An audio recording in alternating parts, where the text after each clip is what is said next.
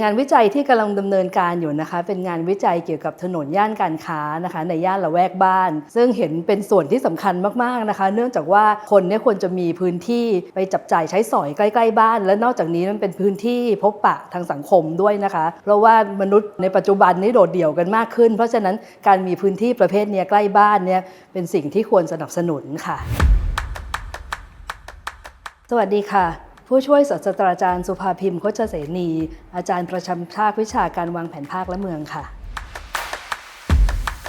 รายวิชาที่สอนเป็นวิชาของนิสิตปี 4 นะคะเป็นวิชาการวางแผนและออกแบบเมืองค่ะเป็นวิชาบรรยายนะคะแล้วก็มีสตูดิโอประกอบนะคะสำหรับเนื้อหาส่วนการบรรยายเนี่ยก็จะเป็นเรื่องของยุทธศาสตร์ของเมืองนะคะก็คือว่านิสิตเนี่ยได้เรียนรู้พื้นฐานมาแล้วตั้งแต่ปี 1 ถึงปีที่ 3 ปีที่ 4 เนี่ยเป็นการประยุกต์ใช้นะคะสิ่งที่ได้เรียนมาแล้วก็ได้เป็นการฝึกหัดนะคะมองภาพเมืองโดยรวมนะคะเพื่อจะประเมินนะคะว่าเมืองมีศักยภาพอย่างไรมีปัญหาอย่างไรเพื่อจะหาวิธีการเนี่ยนะคะที่จะดึงศักยภาพออกมาโดยโครงการพัฒนาเมืองทั้งหลาย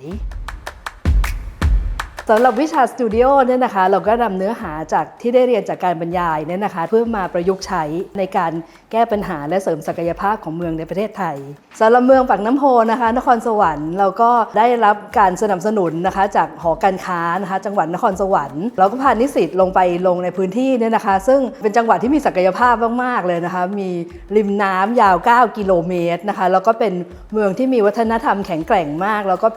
มีความเป็นผู้ประกอบการสูงนะคะเรื่องของงานตรุษจีนนะคะก็เป็นสิ่งที่เขาแบบเป็นงานใหญ่ประจำปีแต่ว่าในระหว่างปีเนี่ยค่อนข้างเงียบนะคะคราวนี้เขามีการคิดกันว่าจะทำยังไงดีนะคะเพราะเนื่องจากว่าเมืองมันคึกคักมาก่อนเนี่ยอยากจะให้เมืองกลับมารุ่งโรจน์เหมือนเดิมเนี่ยนะคะอยากจะให้ลูกหลานกลับมาบ้านนะคะกลับมามีงานทำอะไรเงี้ยค่ะพวกนิสิตก็ไปลงพื้นที่กันก็สนุกสนานกันมากเนี่ยนะคะแล้วทางจังหวัดเนี่ยก็เชิญภาคส่วนต่างๆมาพูดคุยนะคะทั้งภาครัฐแล้วก็ประชาชนทั่วไปเนี่ยนะคะก็ได้รับความข้อคิดเห็นมาเยอะมากนะคะเพื่อจะให้นิสิตมาวางแผนแล้วก็ออกแบบนะคะ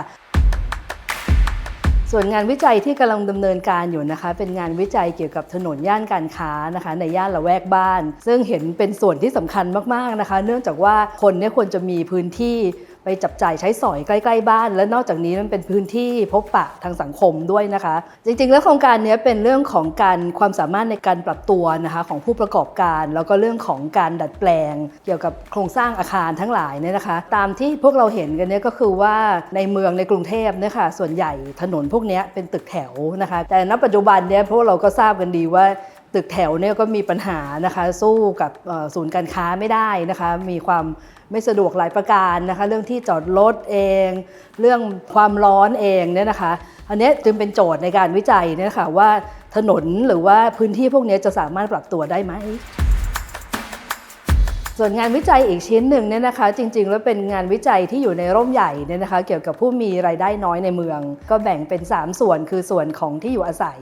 นะคะส่วนของการทำงานนะคะแล้วก็ส่วนของการจับจ่ายเนี่ยนะคะอันนี้ดูแลกับอาจารย์เปี่ยมสุขเนี่ยนะคะในส่วนของที่อยู่อาศัยสำหรับผู้มีรายได้น้อยนะคะในงานนี้เราก็ศึกษานะคะทั้งเรื่องของอุปสงค์และอุปทานนะคะของที่อยู่อาศัยสำหรับผู้มีรายได้น้อยโดยที่เรามองใกล้ๆจุฬานี่เองนะคะในเขตสะพานเหลืองแล้วก็แถวลุมพินีนะคะก็ได้ไปลงพื้นที่นะคะสนุกมากก็คือได้คุยกับชาวบ้านนะคะเรื่องของสถานการณ์การอยู่อาศัยนะคะเขาใช้ชีวิตอย่างไรนะคะจากการที่ได้ไปลงพื้นที่เนี่ยเราเข้าใจวงจรชีวิตนะคะว่าจริงๆแล้วมันมีความสัมพันธ์นะคะระหว่างที่อยู่อาศัยนะคะพื้นที่ทำงานซึ่งเป็นที่เดียวกันต้องประกอบอาหารแล้วก็พื้นที่ของตลาดคลองเตยนะคะซึ่งจริงๆแล้วมันเป็นแหล่งการจับจ่ายที่สำคัญมากๆเลยนะคะในเมืองก็นี่แหละค่ะมันเห็นความโยงใยกันไปหมดนะคะเพราะฉะนั้นเราชอบคิดถึงเรื่องของการพัฒนาเมืองโดยบางครั้งเนี่ยลืมของเรื่องของผู้ที่มีรายได้น้อยเนี่ยนะคะจริงๆแล้วมองข้ามไปไม่ได้ค่ะ